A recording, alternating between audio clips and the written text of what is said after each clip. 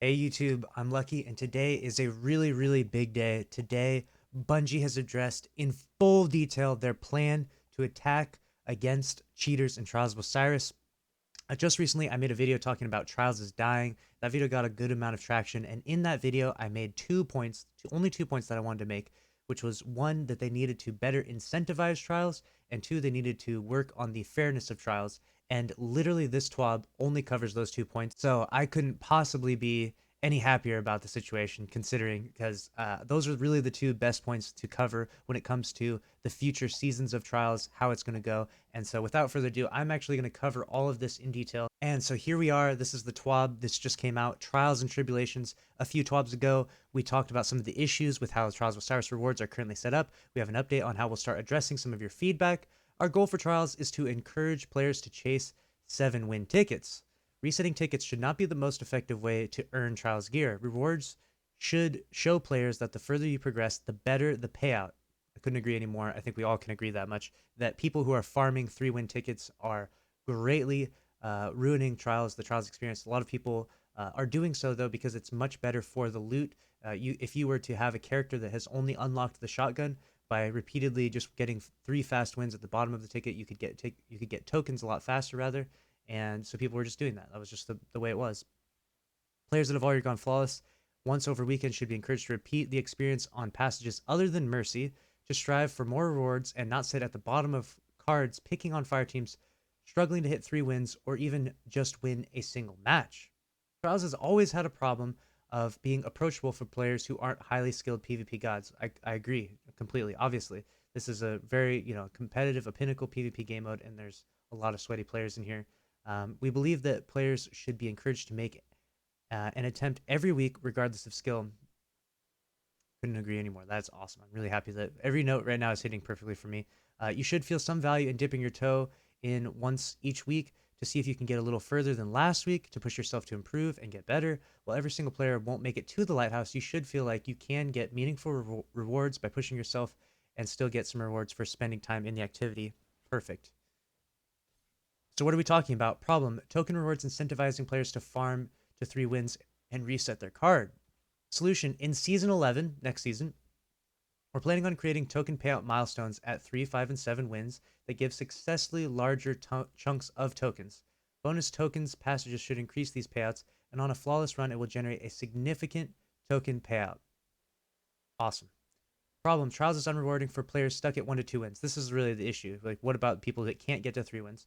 Solution: create a weekly bounty that encourages participation each weekend and does not require match wins. When redeemed, the bounty will reward the same item that comes from the 3-win passage, unlocking the engram for purchase that week.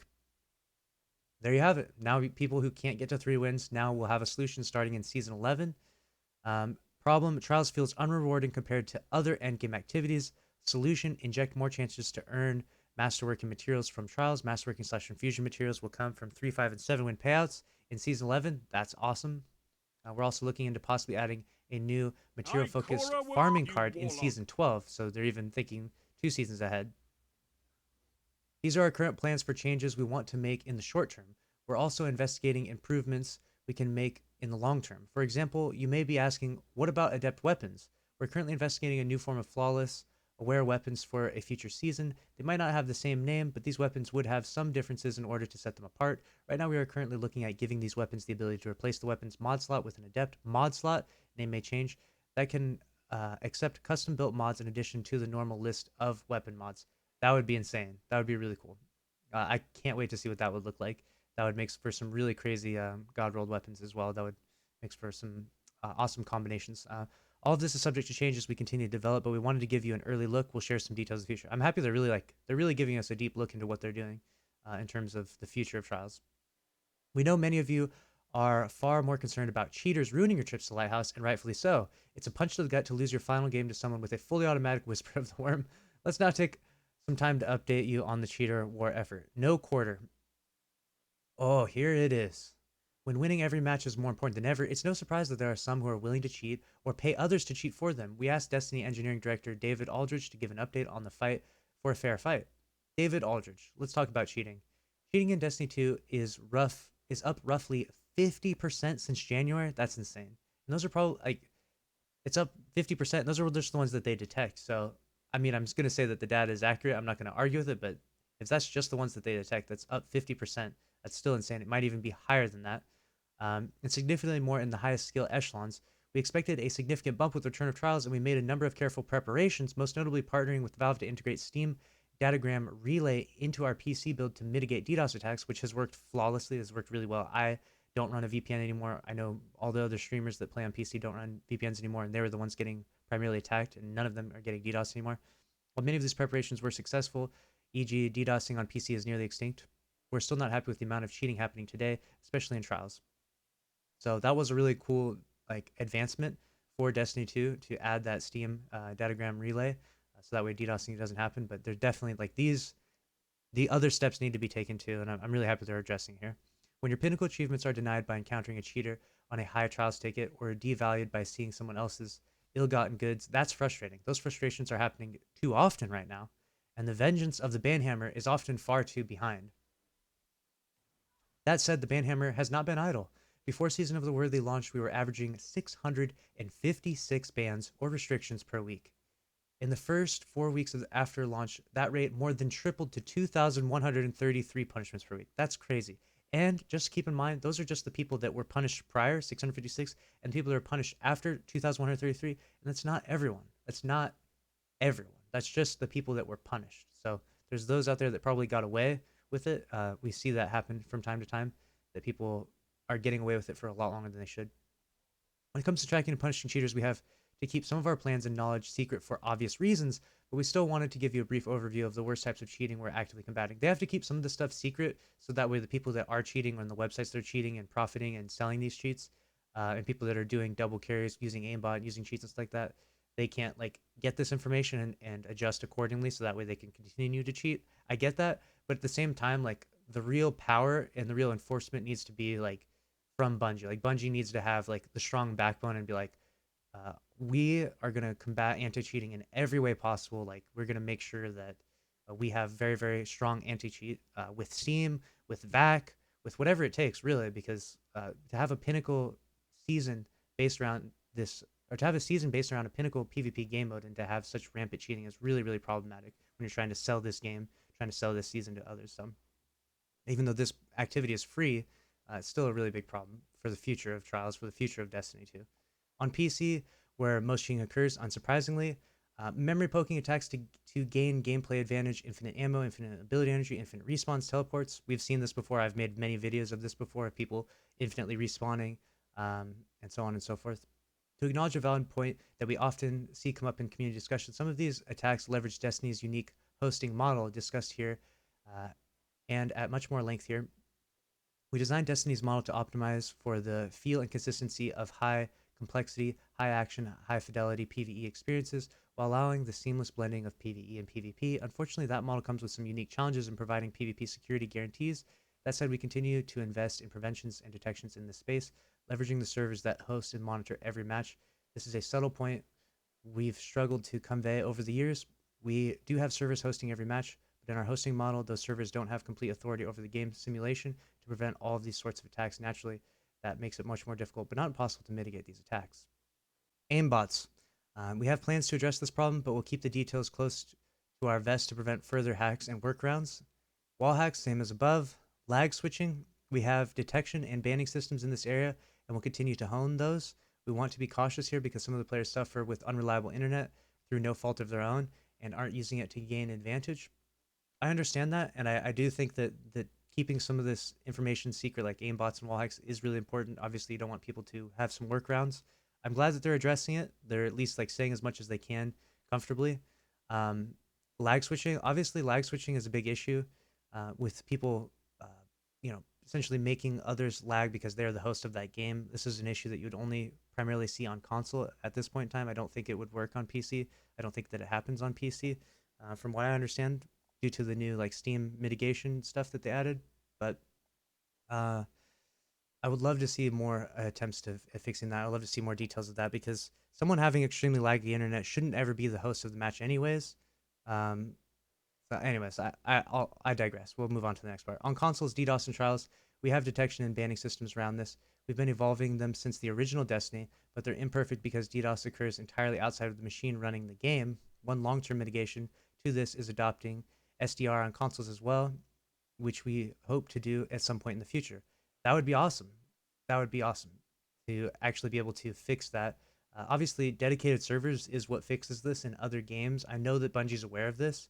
So when they say SDR, they're talking again about this Steam Datagram Relay, which I find really interesting. I don't know how Steam Datagram Relay is going to work on console. I don't know if that's even like an option or something.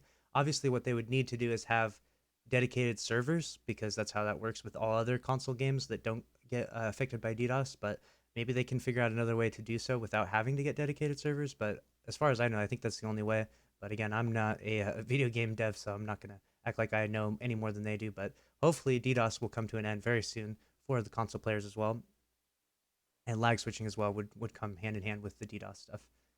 But you didn't come here just to hear us describe the types of cheating in Destiny. The more pressing question is, what do we plan to do about it? Yes, yes. What do we plan to do about it? One, we're shifting more people to help work on this space. So they're going to have more devs go in and actively work on preventing cheaters inside Destiny 2. More eyes analyzing cheaters, more developments in our anti-cheat systems, so on and so forth. This entire part goes on about that. So that's going to be the next biggest thing, to have more people from Bungie working on this, dedicated to this, which is huge. This will definitely help the situation a ton.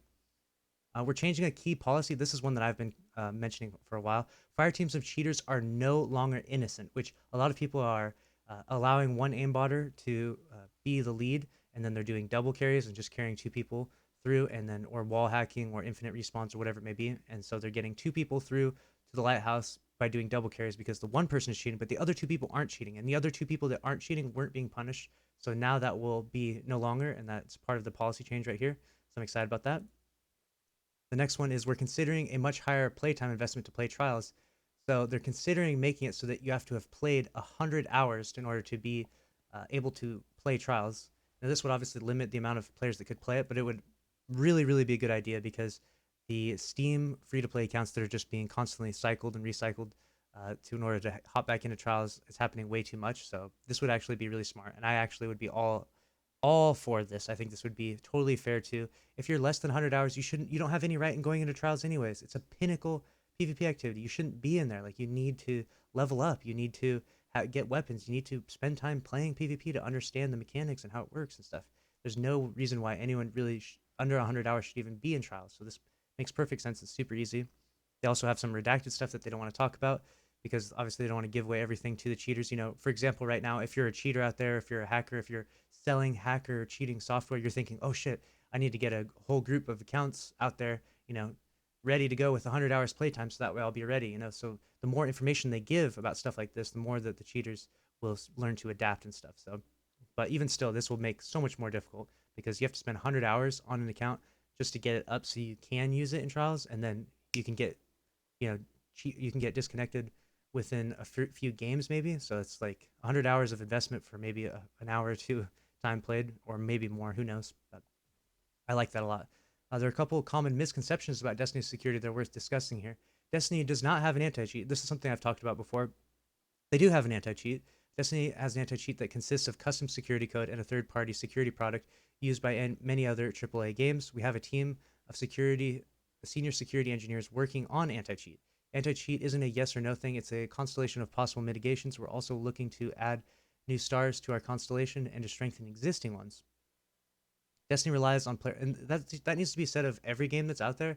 Even Valorant, there's cheaters in it. Obviously, Fortnite, there's plenty of cheaters in it. It doesn't matter what game you name the game. If a game is popular or if it's lucrative to cheat in that game, there will be cheaters in that game. There will always be cheaters in the game, and they will get banned and stuff. And there's strong anti-cheats for all those games. I mean, Fortnite is a billion-dollar company now. You know, Epic is a billion-dollar company because of Fortnite, and there's still cheaters in there. And so there's never going to eliminate all the cheaters, but there definitely is an anti-cheat that exists. And even if it does feel frustrating playing trials at times with the rampant cheating, there's definitely people getting banned for cheating. It just needs to be ramped up a little bit more because it's so much more punishing inside Destiny. If you load into a game of Fortnite and just lose a game of Fortnite, it's like, okay, there's nothing really on the line. Maybe you were having a good game, maybe it was fun for you, but there's nothing on the line. Versus like in trials, you need to like invest, you know, an hour or so of time in order to go flawless. And when you finally hit those 7 wins, and you get loose to someone that's firing a full auto Whisper's Worm or respawning, so much more frustrating, right? It's like you didn't just waste one game of time, you wasted 7 games of time, or even more if it took you hours to get up to that seventh game by rewiping cards. So that's why it's so much more important for it to be addressed inside Destiny, I think. Destiny relies on player reports or humans to identify cheaters. The vast majority of punishments issued come from automatic detections. We use player reports to help us identify emerging threats. All automated detections are reviewed and verified by a human before punishment to minimize the risk of false positives. Destiny should use Valve anti-cheat VAC. This is an awesome statement. Destiny does utilize some of VAC's security features, and we have plans to utilize more. You should utilize all of them. You should utilize all of them. I know that there's a budget. Maybe you can't, but you should try to utilize all of them. Bungie's security team and Valve's security team meet regularly to discuss the latest attacks and mitigations. We're also reevaluating some of our decisions along the way. For example, we may have made a mistake in not having trials behind the season pass paywall. Very good observation, which would have created more friction against free account recycling cheaters. We won't change this for this season of the Worthy, but we'll reevaluate access requirements in future seasons. At its best, Trials is a foundation of nail-biting space combat crescendos, and it's something you can't find anywhere else. We want that experience to be available to as many people as possible, but if we're forced to choose, we will choose for Trials to be a sacred space, even if that means fewer people can play, which would be heartbreaking. It would definitely be frustrating if fewer people could play Trials because it was behind a paywall, but I think we can all agree that it would be worth it in the end if we could lower the amount of cheaters so that way at least when you do play Trials it's very fair. Hopefully it could be behind, obviously, season paywall is a much smaller one, but this might be the best situation. The 100 hours is also really good. I'm not sure which one they're going with or if they're going with a combination.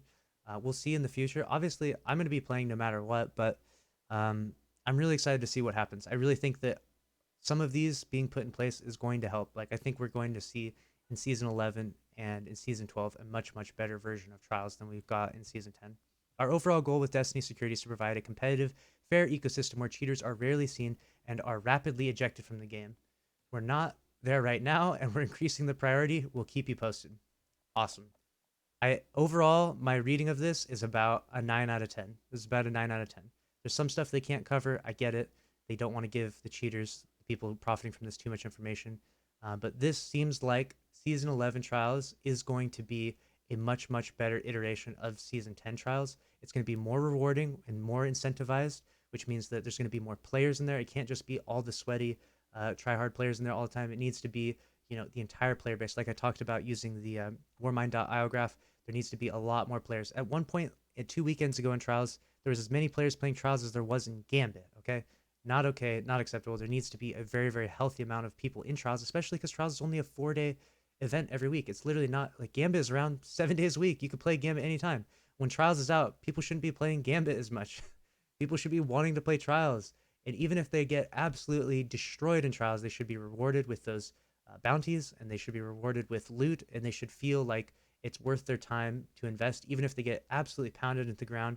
Hopefully they can improve with time, and hopefully this incentivized from season 11 and season 12 will be so much better. And hopefully, fingers crossed, the anti-cheat and whatever walls they put in the way, whether it's a paywall or 100 hours, will keep the cheating down at a minimal, because it is definitely extremely rampant right now and a big problem. So let me know your thoughts in the comments below. I'm really interested in seeing what you think. I will be reading the comments. I hope you guys are excited about this as much as I am. And thank you for watching. I'll see you in the next one. Later.